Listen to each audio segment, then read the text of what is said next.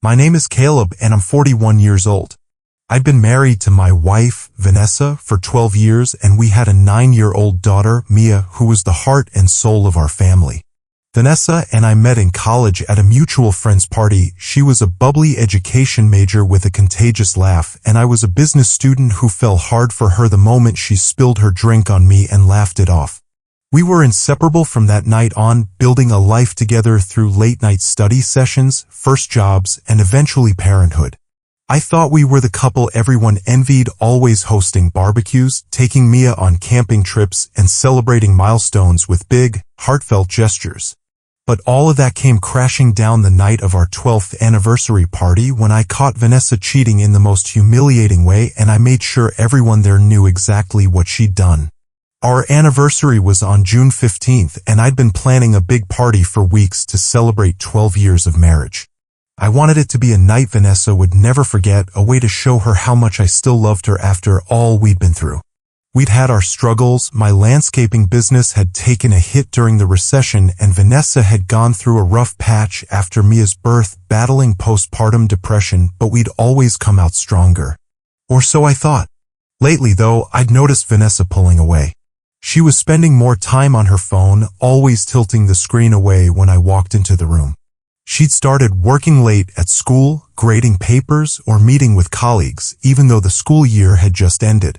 I chalked it up to stress. She'd always been a perfectionist, but deep down I felt a gnawing unease I couldn't shake. I pushed those doubts aside for the party. I rented the backyard of a local event space in our Denver suburb, a charming spot with a pergola and a view of the mountains. I strung up fairy lights myself, hired a caterer to serve Vanessa's favorite foods, shrimp skewers, caprese salad, and a chocolate fountain for dessert, and invited 50 of our closest friends and family. I even hired a photographer to capture the memories and a DJ to keep the vibe lively.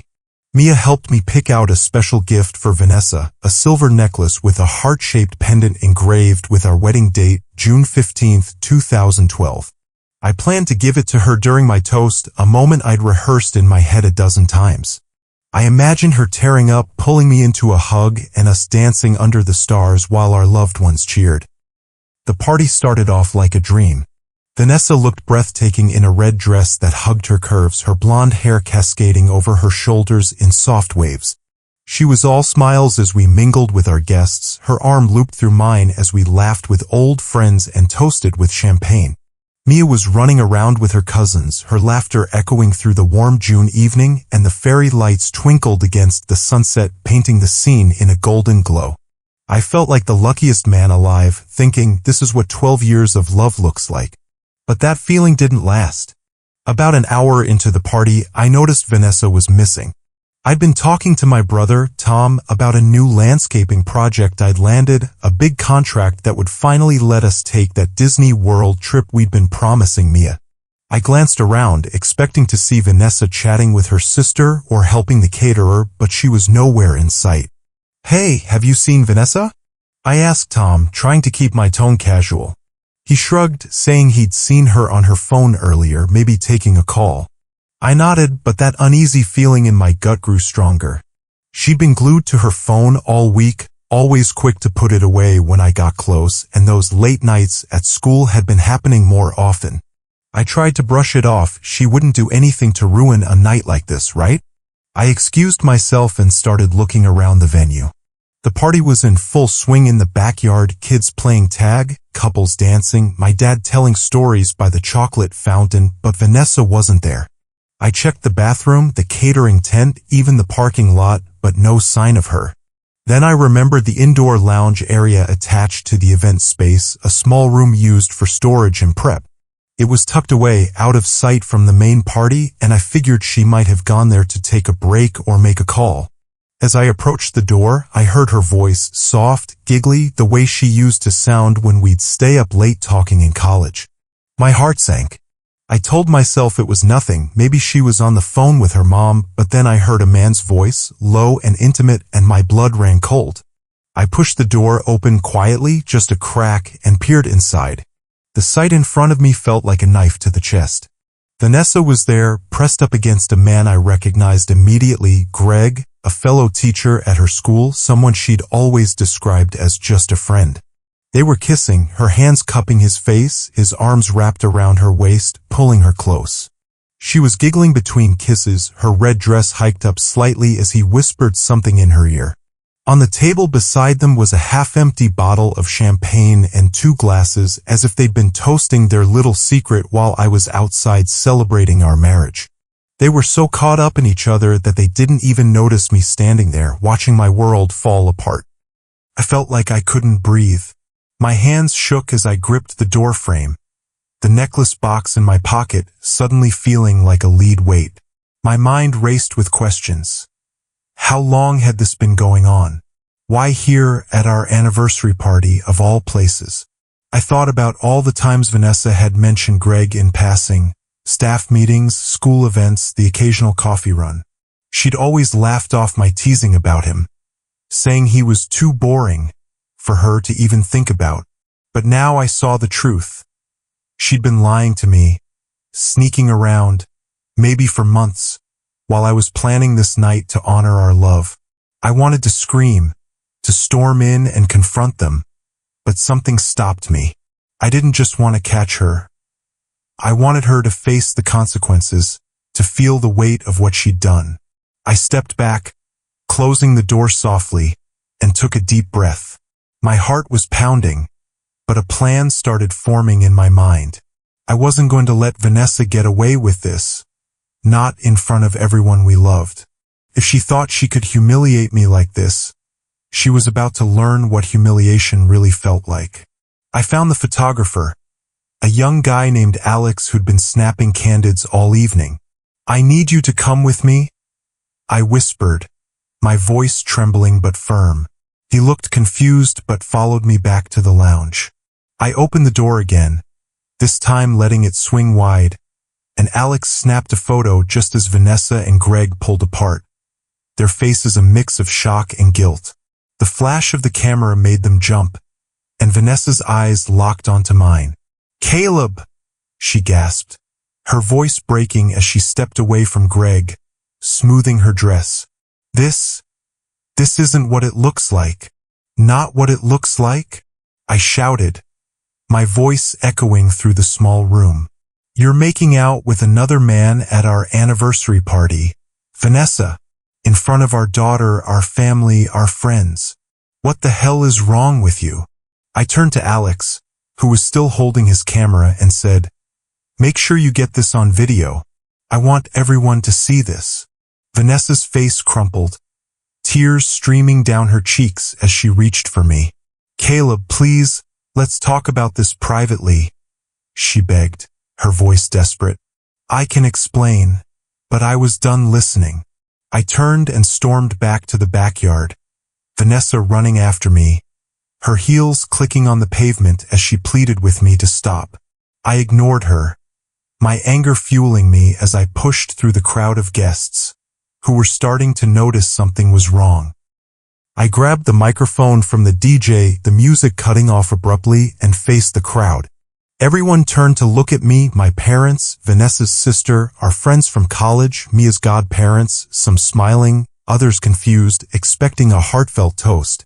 I had a speech prepared to celebrate 12 years with the woman I love, I started, my voice shaking but loud enough to carry over the murmurs. But instead, I have something else to share. I nodded to Alex, who'd connected his camera to the projector we'd set up for a slideshow of our memories. The screen lit up with the photo he'd just taken, Vanessa and Greg, caught mid-kiss, their guilt frozen in high definition for everyone to see. Gasps rippled through the crowd. My mom covered her mouth in shock, her eyes filling with tears. Vanessa's best friend, Lauren, dropped her drink, the glass shattering on the ground with a sharp crack. My brother clenched his fists, his face red with anger, while Mia's godmother whispered, "Oh my God," loud enough for everyone to hear. Vanessa stood frozen at the edge of the crowd, her face pale, as our guests stared at her in disbelief. "This is what my wife has been doing behind my back," I said, my voice breaking as I fought back tears. "While I was planning this party to honor our marriage, she was sneaking around with him." I pointed at Greg, who'd slunk out of the lounge and was trying to blend into the crowd, his head down as people turned to glare at him. "I'm done, Vanessa. We're done. I dropped the mic, the feedback screeching through the speakers, and walked away as the crowd erupted into chaos. Vanessa's sister, Claire, ran after me, saying she had no idea, begging me to calm down, but I couldn't. I got in my car and drove to Tom's house, my hands shaking on the steering wheel, tears blurring my vision. Mia stayed with my parents that night. I couldn't bear to tell her what had happened, not yet. I just needed to get away to process the betrayal that had turned one of the happiest nights of my life into a nightmare. The next day, Vanessa showed up at Tom's house, her eyes red and puffy from crying. She begged me to talk, to let her explain, and I agreed, not because I wanted to hear her excuses, but because I needed answers. We sat in Tom's living room, the tension thick between us as she admitted everything. She'd been seeing Greg for 3 months, starting as an emotional affair after a school event where they'd bonded over shared frustrations. I felt neglected, she said, echoing the same tired excuses I'd heard in stories like this. You're always working, always focused on the business, and I felt invisible. Greg made me feel special again, like I mattered. Her words stung, but they didn't justify what she'd done. I had been working hard, my business was finally picking up after years of struggle, and I was saving for that Disney trip to make Mia's dreams come true. I'd always made time for Vanessa and Mia, or at least I thought I had. I brought her coffee in bed every morning, planned date nights even when I was exhausted, and never once suspected she'd turned to someone else. You could have talked to me, I said, my voice low and cold. You could have told me you felt invisible. Instead, you chose to cheat on our anniversary in front of everyone we love. You humiliated me, Vanessa. There's no coming back from that. She broke down, sobbing, begging for forgiveness, saying she'd end things with Greg and go to therapy if I'd give her a chance.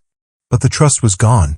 I couldn't unsee that photo, couldn't unhear the gasps of our friends and family, couldn't forget the way she'd laughed with him while I was outside celebrating our marriage. I told her I wanted a divorce, and I meant it. She left, still crying, promising to fight for us, but I knew it was over. The fallout was messy. The photo from that night spread like wildfire among our social circle. Someone had taken a picture of the projector screen and shared it in a group chat, and soon everyone knew. Vanessa's reputation took a hit. Some of her friends sided with her, saying I shouldn't have exposed her so publicly, but most agreed she'd crossed a line. Greg's wife, who I contacted a few days later, was devastated. She had no idea about the affair, and she filed for divorce the same week I did. Apparently, Greg had a history of flirting with colleagues, but Vanessa was the first he'd taken it further with. I moved into a small apartment a few miles away, and Vanessa and I worked out a temporary custody arrangement for Mia. Telling Mia was the hardest part. She's only 9, but she's perceptive. She knew something was wrong the moment I picked her up from my parents' house. I sat her down and explained that Mommy and Daddy needed to live apart for a while, but that we both loved her more than anything. Did I do something wrong? She asked, her big brown eyes filling with tears, and my heart broke all over again. I hugged her tight, promising her it wasn't her fault, that sometimes grown-ups make mistakes, but we'd always be there for her. It's been 8 months since that night, and I'm still healing. Mia's adjusting to the new normal, splitting time between my place and Vanessa's, though she still asks why we can't all live together again.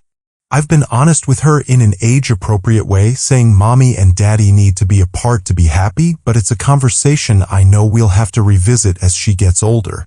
I've started therapy to deal with the betrayal, and it's helping me process the anger and hurt. I'm focusing on being the best dad I can be, taking Mia to the park, helping her with her homework, and planning that Disney trip I'd promised her. We're going next month, just the two of us, and I can't wait to see her face when she meets Mickey Mouse. As for Vanessa, she's tried to reach out, sending me long texts about how she's ended things with Greg and is going to therapy to be a better person. She wants to reconcile, saying she'll do anything to fix our family, but I'm not ready to forgive her, not after what she did, not after she humiliated me on a night that was supposed to celebrate our love. I gave the necklace to Mia as a keepsake, telling her it's a reminder that love should always be honest. She wears it sometimes, and it makes me smile to see her so proud of it. Catching Vanessa at our anniversary party broke my heart, but exposing her in front of everyone gave me a sense of justice. It was the hardest thing I've ever done, but it showed me who she really was and who I deserve to be with. I'm moving forward for myself and for Mia, and I know one day I'll find someone who truly values me. Until then, I'm taking it one day at a time, rebuilding my life on my own terms.